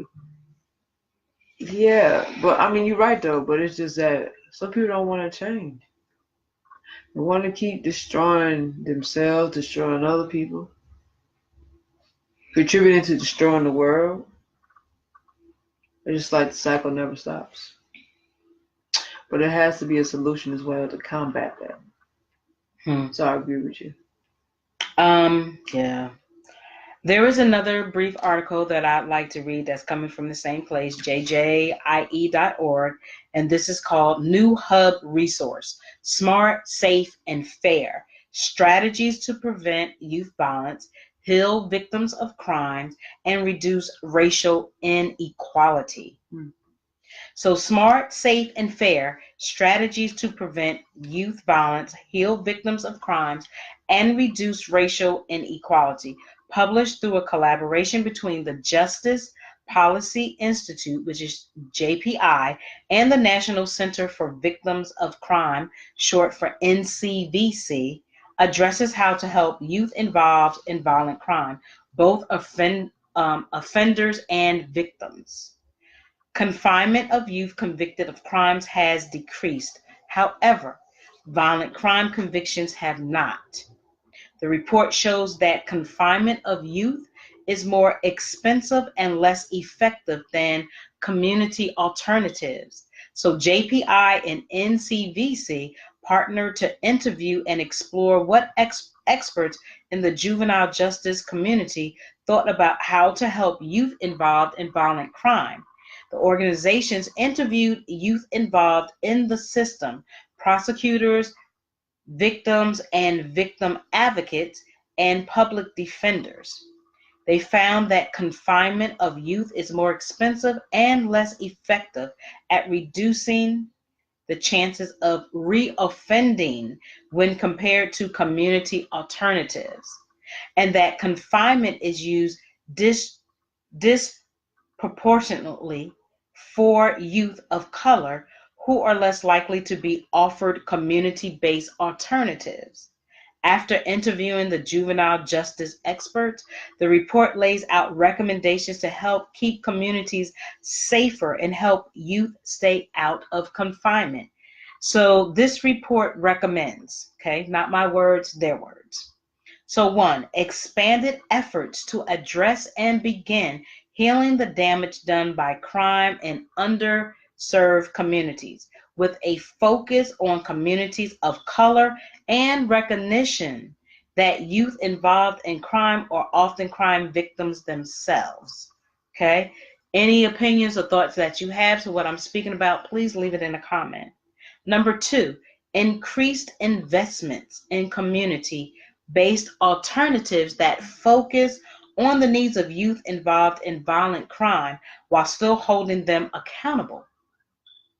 3, greater attention to meeting the needs of crime victims through accountability, information, and support. So those were the 3 recommendations. So overall, the report stresses that it is critical for the juvenile justice system to take care of more youth in their communities instead of in confinement, and to take the needed steps to begin healing communities affected by crime. So just curious if anybody's on, what your thoughts are. If you listen to the replay and you hear this, please leave your comments even with that as well. You know, it's just It's just wow. really it's really sad. I mean, that's just how I feel about it. It's just sad. I mean, the cycle just keeps going. It's like an energizer battery. A cycle that never stops. And like you said, it will take a collective to solve this critical problem because it's becoming very extreme as the years go on. But that violent cycle can't keep happening either. So we gotta have people who are brave, who are caring enough to step in and take action to keep this crime down. Absolutely. Yeah, right.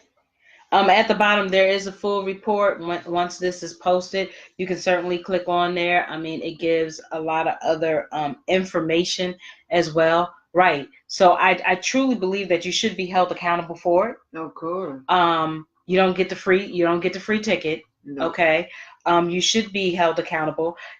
Right. And in addition, it does need to be more community-based alternatives for them, because our children and our young adults, youth, grown men are continuing to do the same thing. It's just happening over and over and over and over and over again. And it's sickening. It's sickening. Something has to be done. Something. Whatever that something is right now, I don't know, but something. And fast. And fast. Because we are losing our youth. Quickly. We are losing them. I just noticed something. You're sitting in my chair and I'm sitting in your chair. Oh, I was supposed to be sitting over there. Oh, well, how cute is that? But yeah, it's just, as well as for the victims, we cannot forget them. Of course. Because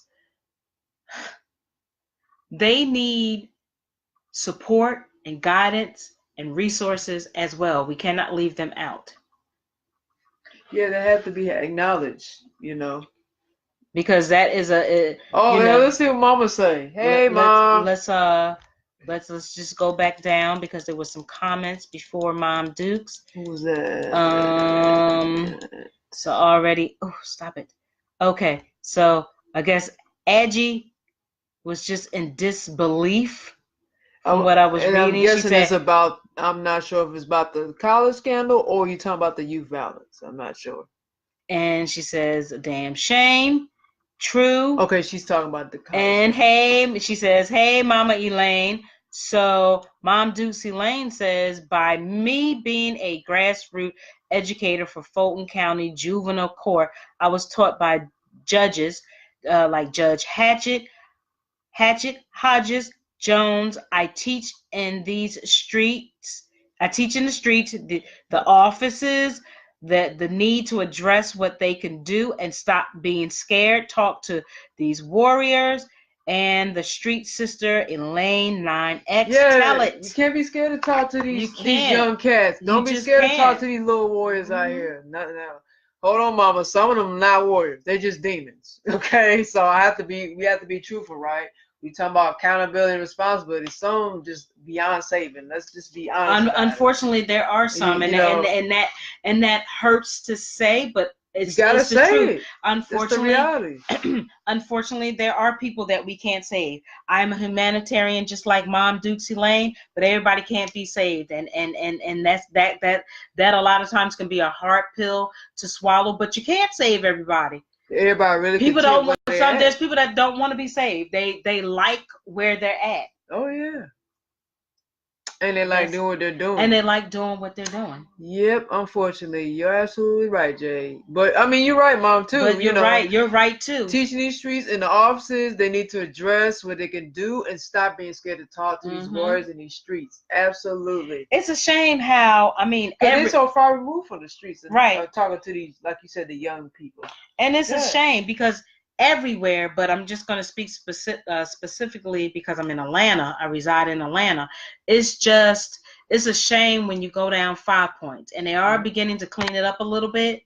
It is a shame that these martyr police are scared of these kids. Oh yeah. It's a shame. Yeah. They are young. I'm talking about even from the little babies to the young girls, to the young boys. They scared of them.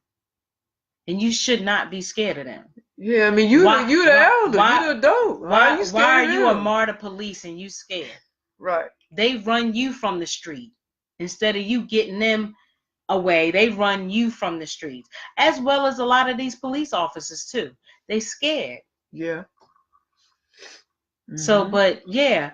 Aggie says Indianapolis is bad too. I've heard about that too. Yes. Yeah. I mean, but again, there needs to be solutions to that. The end all this youth violence. Even in Indianapolis, there's, like you said, work as a collective. There needs to be a collective of people who really care about the community and find some alternatives and strategies to combat this problem, because it is major. It's a serious problem. Absolutely. What Mom Duke Elaine say? Have a Warriors Day. Are they scared? You don't know until they sit down and talk. Yeah, I mean, yeah, police and adults, yeah, they don't know. I mean, you said they're scared, but they can overcome that if they just humble themselves for a second and just be a person. Come to the young ones and talk to them and see what's going on. They're going through stuff too. Mentally, they're going through things. And I agree with that. I do feel like they need to come out of uniform. Right. Or they just need to come and humble yourself, like they say, right, and listen to them. And also you do have some of these adults, right, that they don't want to hear what they have to say because they on this. Some of them, not all, some of them are on this mentality that they feel like these youth don't have nothing to say. I've personally sat down with some Bloods and Crips at my job. When there was a program at my job, okay, Bloods and Crips, these are what they call at-risk kids, right?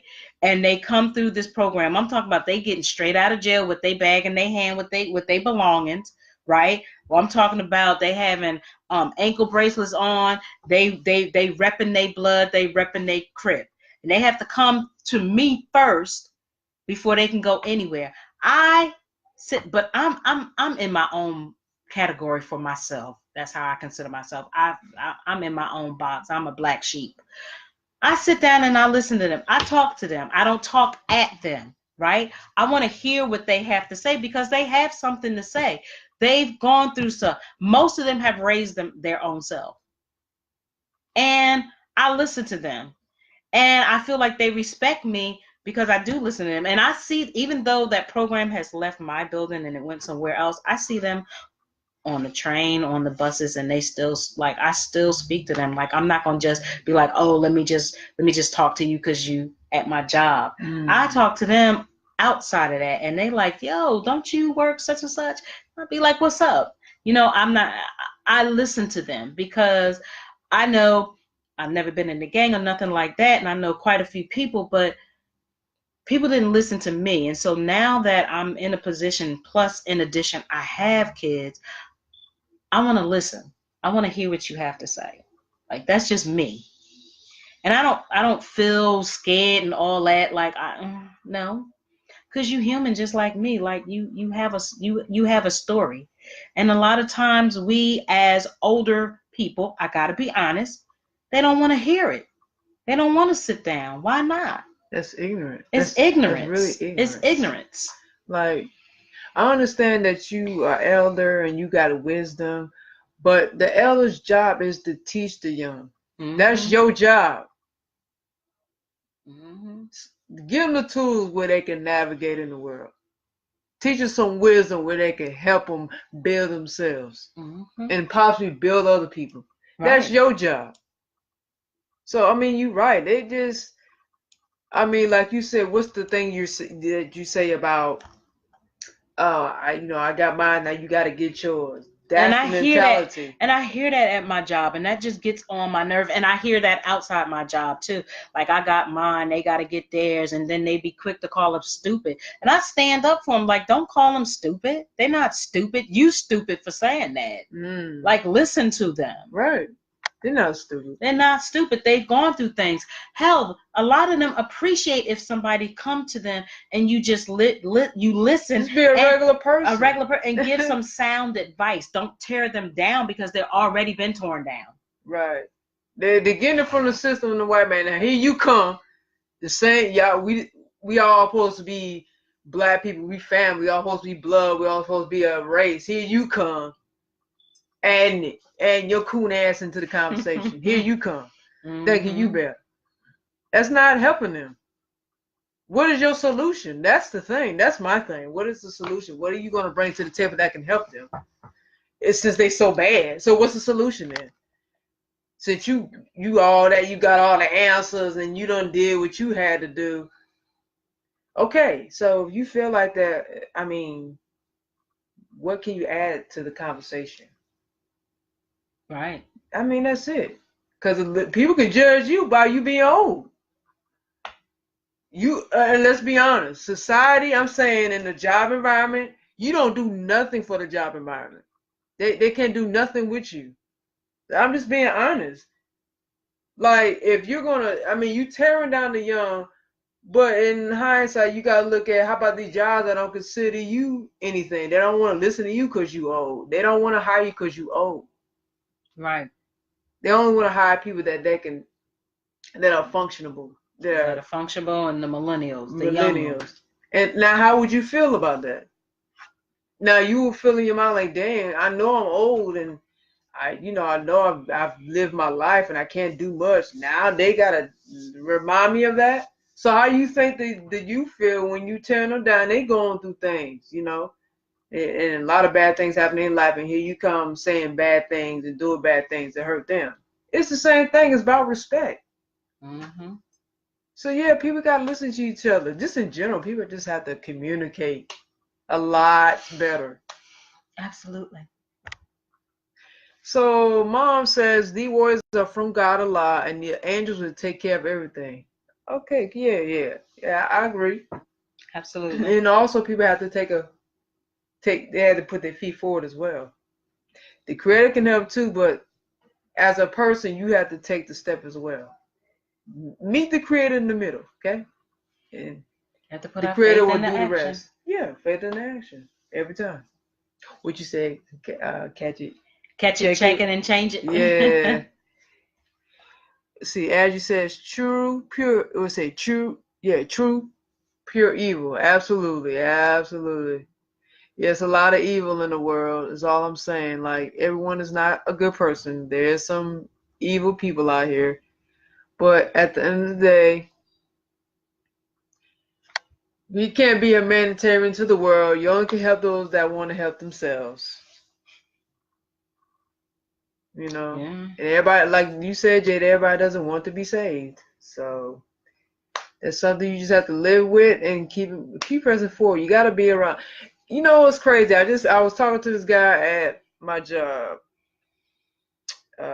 He works in meat seafood, and we was leaving out of the job, and I told him, man, because he was trying to convince this other black guy who's obviously a traitor from the likes of the conversation, the way he was saying it. It's like, I said, man, stop it. Why are you wasting your time convincing him to do good? Leave it there. I mean, you can't save everybody. And we don't have, and this is the thing, black people, we don't have time to try to change other black people. We don't have this time right now. We're on thin time. I told him we're on thin time. Either you down with revolution or you're not. There's no in between. There's some people who don't want to be with it, and there's some who is. And I told them, those who want to elevate themselves, you need to be around people that's like-minded like you. That's it. Anybody else is not there, leave them right where they're at. Don't try to change them.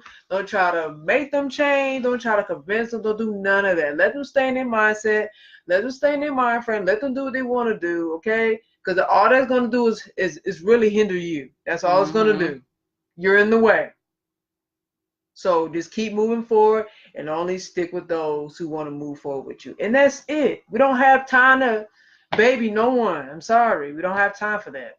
And you're so absolutely right. Like, we always say that. I know he meant well. I'm just right. saying I had to let him know. Let him know. I mean, we have to stop sugarcoating things. People need to hear the truth. And I know that might be uncomfortable, that might hurt, that might make you get up in your feelings. But at the end of the day, you can respect the person for, telling you from a good place what's what, because I know I personally do not have time for all the drama, all the negativity, all the BS. Like, I continue to eliminate it out of my life. I don't need it. I have been there, done that the majority of my life, family, friends, and others, and I'm tired. I'm in a different space and place, and I know that's because of my spirituality, my belief, and calling out the Orishas and the Ogons, you know what I'm saying? And just call upon the ancestors. Yes, and calling upon the ancestors and Allah and chanting them Yahoo Renke Kyo. You're gonna get us started. You're about to get us started. and just being around like-minded people. And that's not being a perfectionist. That's just, where you're aligned and centered. You'll know it. You'll know it because it will reveal itself to you, right? So you'll start seeing people remove themselves. You won't even have to do anything. They will start removing themselves from you, right? It's your energy. And sometimes or a lot of times that includes family. Just put them somewhere. Just put them somewhere. If you're not happy at your job, one of two things: you leave it. One of three things: you leave it and find another job, or you create your own. Or you do both. It's up to you. Or you can do both, whichever is good for you. Yeah, whatever is good. Whatever is good for you. Because you said three things, I had to. Yeah. I mean, yeah, you're right. Yeah. I'm still deleting people, and guess what? When I do it, or if they do it, it feels great. Baggage off your back. Baggage off. No headaches. I promise you, like I tell you, and I'm not a promising person, but I promise you, last year with that mild heart attack taught me so much. It just taught me so much. And so I am just such in a different space. The chakras and being aligned and all of that good, positive energy and flow. Is it perfect? No. Do I have my days? Absolutely. Can it get better? Yes, because it starts with me. It has to start with me. I can't wait for Uno to do it, my kids to do it, my mom, or anybody else. It has to start with me. Yeah, you said a mouthful. That's real. I agree. That's anybody. It starts with you first. You can't help no one else until you help yourself first. Okay? You gotta stop being everything to everybody. Absolutely. Oh my goodness. You really preach. No, I mean you take it away from you. You got me over stuttering, man. You take it away from yourself, you know. Got me coughing. Right. See, Excuse what me. you did. right. Doing the most. Yeah, it's all good though. It just comes from a good place. And you make yourself sick, by the way. Let's throw that in there. You make yourself sick. You do make yourself sick. Mentally and physically. And spiritually. And financially. Spiritually first. Yeah. Mm-hmm. Every time. They say stress will kill you, and that is such. No, that's literal. Facts. That's facts. Stress will kill you if real talk. You allow it and allow those negative, miserable people to be in your life every day. It will kill you. I can't do it. I don't see how people do it. I used to been there, done that too. I just don't see how people do it. I'm sorry. I mean, I know people gotta learn and they'll figure it out, but yeah, I just don't see how people do it. But hey, you gotta learn on your own. Because somebody can tell you all day, you need to stop doing this, or if you don't do this, this is going to happen to you. We can talk about it. We can come from a good place and let people know what will happen. But at the end of the day, if they don't choose to do it for themselves, yeah, you being a dead horse. Yeah, you really are. You gotta let them fall on their face. And sometimes that needs to happen, and I have to be the one. I'll be transparent, honey. I have literally fell on the ass. Yeah, literally. Talking about literally on the street, fell on the ass. So I know what that's like, as I'm sure a lot of people know what that's like. So that's why I say it just has to happen. It just has to happen for you to wake up. Some people will wake up, others will still be asleep. That's sad. If you still sleep. But you're right. I mean, so people will never learn. That's just the reality. Unfortunately, yeah. Yes, negative vibes and negative energy has to go, and I'm glad you're doing better. Yes, Adji. Yes, absolutely. Yes, thank you. I'm glad Jay's doing better too. Because 6 years ago, this would not have been me. It wouldn't have been me. I'm telling you, you probably wouldn't have liked me.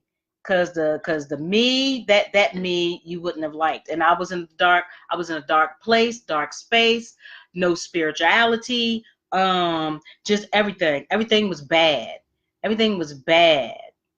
Had lost a lot of weight, and everything was not good. But inshallah, and Nam Yeho Renke Kyo, and I mean, I'm doing better.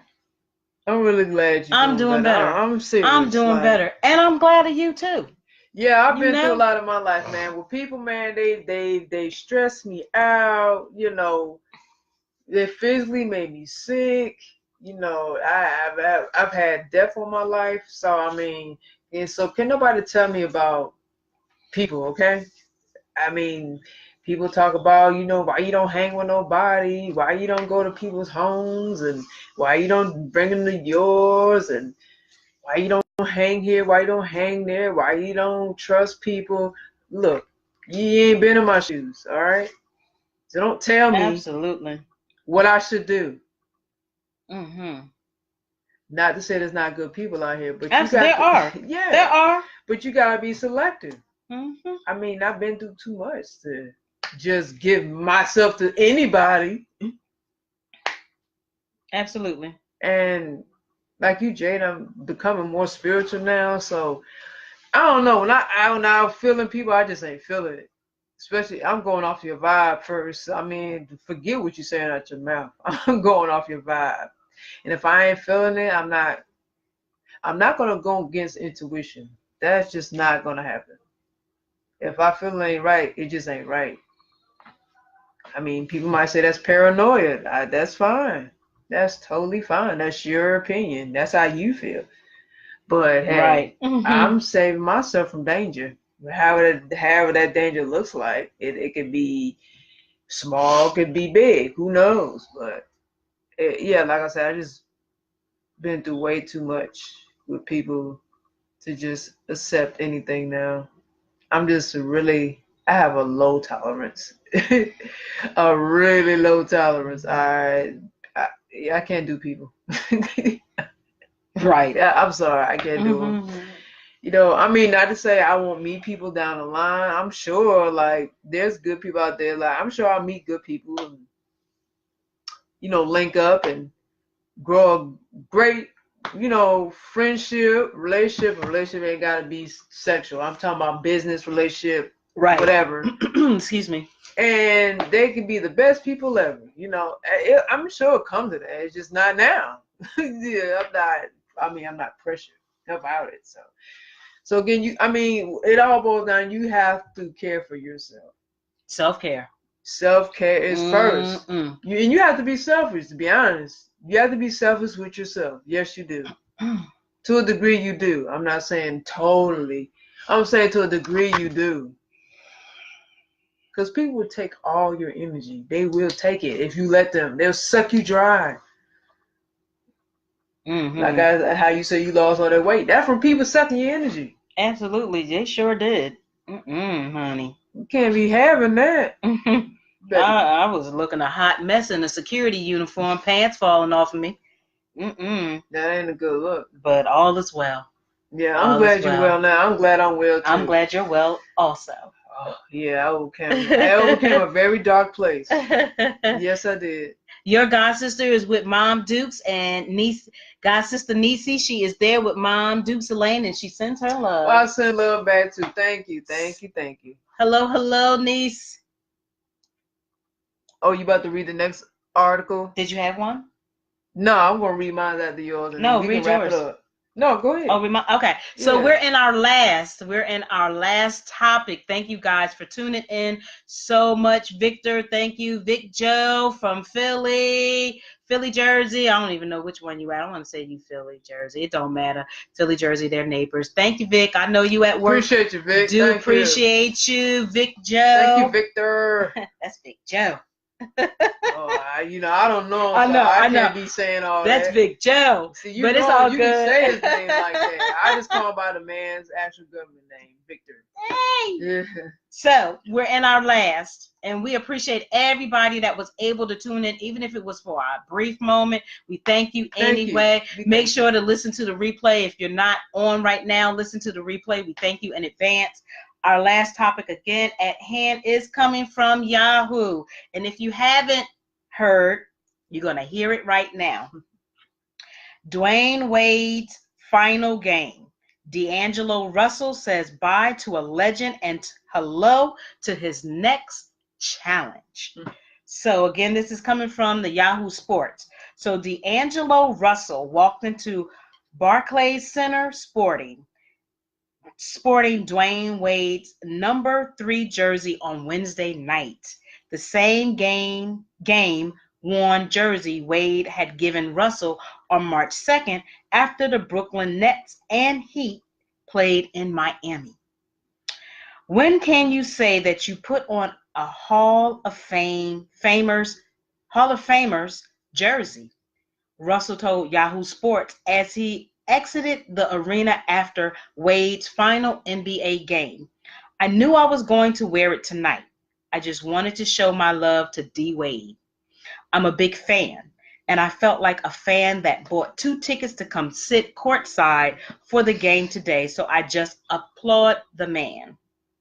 Wade went out in style, finishing with a triple-double, 25 points, 11 rebounds, and 10 assists in 36 minutes in a 113-94 Nets win. All right, Brooklyn Nets, excuse me. Saying it wrong, getting tongue-tied, getting tired. So, again, that score was 113-94. The Nets won. 3 years ago, he said that playing Brooklyn felt like home. And his swan song was no exception. The sellout crowd was overwhelmingly pro-Heat. We want Wade. Chants were prevalent whenever he took a seat on the bench, and even featured a banana boat reunion with LeBron James, Carmelo Anthony, and Chris Paul showing up to watch their close friend one last time. It's just like any other game when you've got legends sitting courtside, watching games and whatnot, said Russell, a former Laker who also played in Kobe Bryant's final NBA game back in 2016. Unfortunately, it was to see one of our legends leave, but it was great to be a part of it with that type of atmosphere. It had a playoff vibe to it. Russell, who was 23, had his best season as a pro, averaging 21.1 points and 7 assists while playing 81 of 82 games and making his first All Star team. He displayed improved leadership and maturation. He also reacted positively when Kenny Atkinson, the coach responsible for changing his career trajectory, uh, trajectory, Trajectory. trajectory, Yeah, excuse that me. tongue tie. Yeah, it tongue ties me. Showed him some tough love. I've enjoyed every bit of it, Russell said. I've never been a guy to try to prove guys wrong and all that, but I'm enjoying the process. This process has been amazing. It wasn't always that way, which makes it rather ironic that Russell is headed to the playoffs while the Hall of Famer who traded him and trashed him, Magic Johnson, stunningly decided to step down as president of the Lakers on Tuesday night. I had no idea, Russell told Yahoo Sports, but none of that stuff that happens over there ever surprises me. You have no idea what to expect. How could you be surprised? It is what it is. That's what this league is about. Headlines.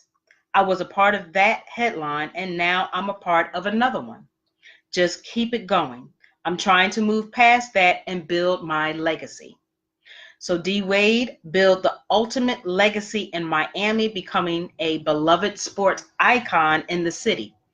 In 16 seasons, he won 3 championships and made 13 All-Star teams. He felt like he gave everything he had to the game, including plenty of advice to youngsters like Russell. You know you're one of the best in the game, right? Wade told Russell during an All-Star weekend. Russell had clearly shown his potential. The Nets started 8 to 18, but were able to withstand long-term injuries to Karis LeVert and Spencer Dinwiddie because of Russell's increased production at point guard. He can be guilty of careless turnovers on occasion, one of a few question marks in his game, but he was able to guide his overachieving team to a winning record in the weak Eastern Conference. The 6th-seeded Nets will take on the 3rd-seeded Philadelphia 76ers in the first round of the playoffs. Brooklyn will be the underdog, but Russell isn't satisfied with just making it this far. I want to make it out of the first round, he said.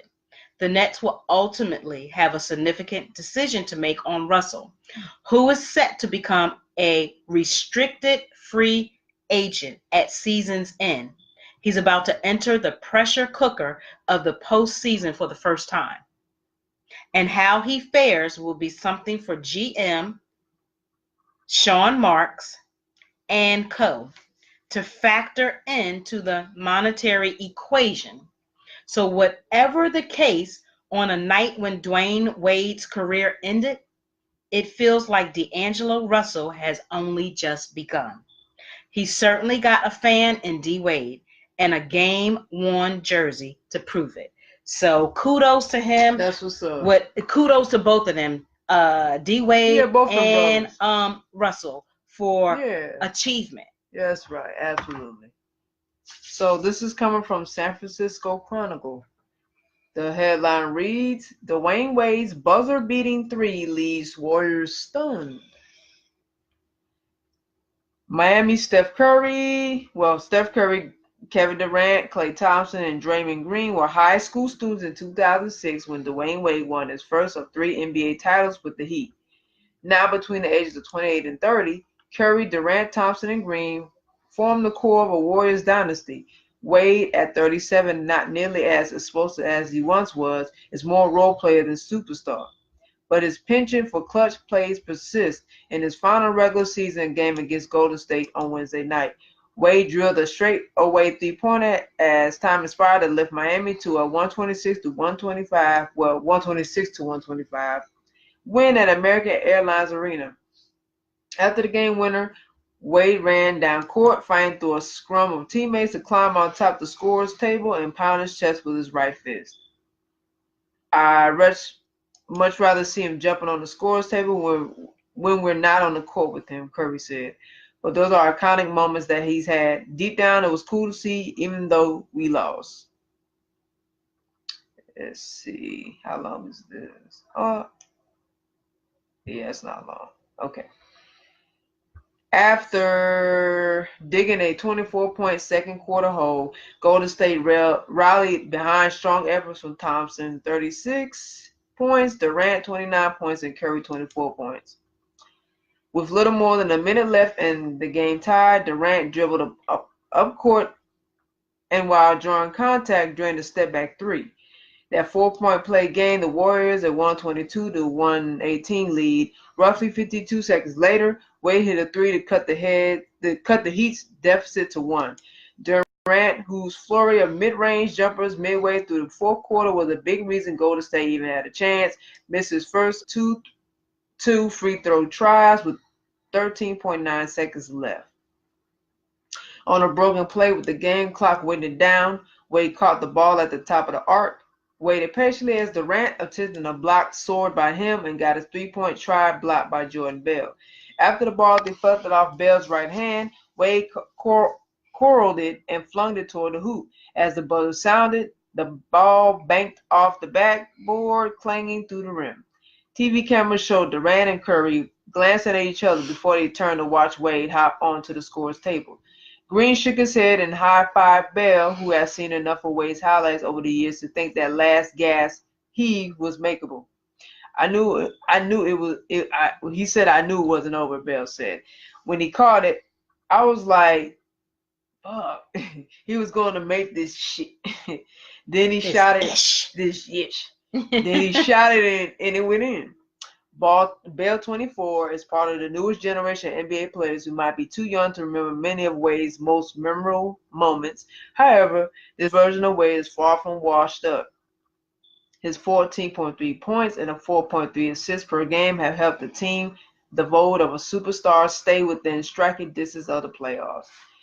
With center Hassan Whiteside sidelined by a hit pointer, Wade was a worthy sidekick to Goran Dragic, 27 points, posting 25 points and 7 rebounds in 26 minutes. Miami snapped a 3-game skid to move a half game back of Charlotte for the Eastern Conference eighth seed.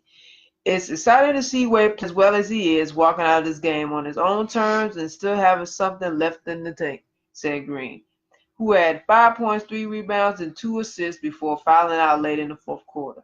But he's going to leave and leave as a damn good player in his last year. I think that's great to see.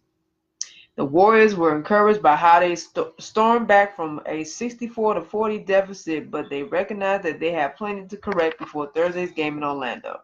Golden State, fresh off a day in Miami, looked lethargic much of the first half. In the first quarter, it totaled just 2 assists as players stood and watched teammates clang jumpers.